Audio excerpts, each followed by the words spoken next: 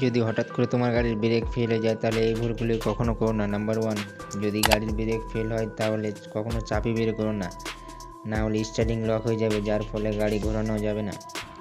Number 2, brake fail হলে clutch চাপবে না, না হলে গাড়ির কন্ট্রোল হারাতে পারো। নাম্বার 3, গাড়ি যদি 5 গিয়ারে থাকে তাহলে সরাসরি নিউট্রাল করতে যেও না, না হলে গাড়ির কন্ট্রোল করা আরও কঠিন হয়ে পড়বে। নাম্বার 4, এর জন্য সর্বপ্রথম সব ইন্ডিকেটার লাইটগুলি অন করে নাও, হর্ন বাজাতে থাকো যাতে অন্যরা তোমার পরিস্থিতি বুঝতে পারে। নাম্বার 5, এরপর ব্রেক বারবার চিপতে থাকো কারণ অনেক সময় ব্রেক পুরোপুরি ফেল হয় না। নাম্বার 6, কিন্তু তবুও যদি গাড়ি না থামে তাহলে ধীরে ধীরে হ্যান্ড ব্রেক টানো যাতে গাড়ি ধীরে ধীরে থেমে যায়। নাম্বার 7, যদি হ্যান্ড ব্রেক না কাজ করে তাহলে এক এক করে গিয়ার কমিয়ে দাও, গাড়ি স্লো হলে চাবি বের করে নাও। নাম্বার 8, যদি গিয়ার বক্স কাজ না করে তাহলে চেষ্টা করো গাড়ি রোড সাইডে রেলিংয়ে ঘষে যাতে গাড়ি স্পিড কমে যায়।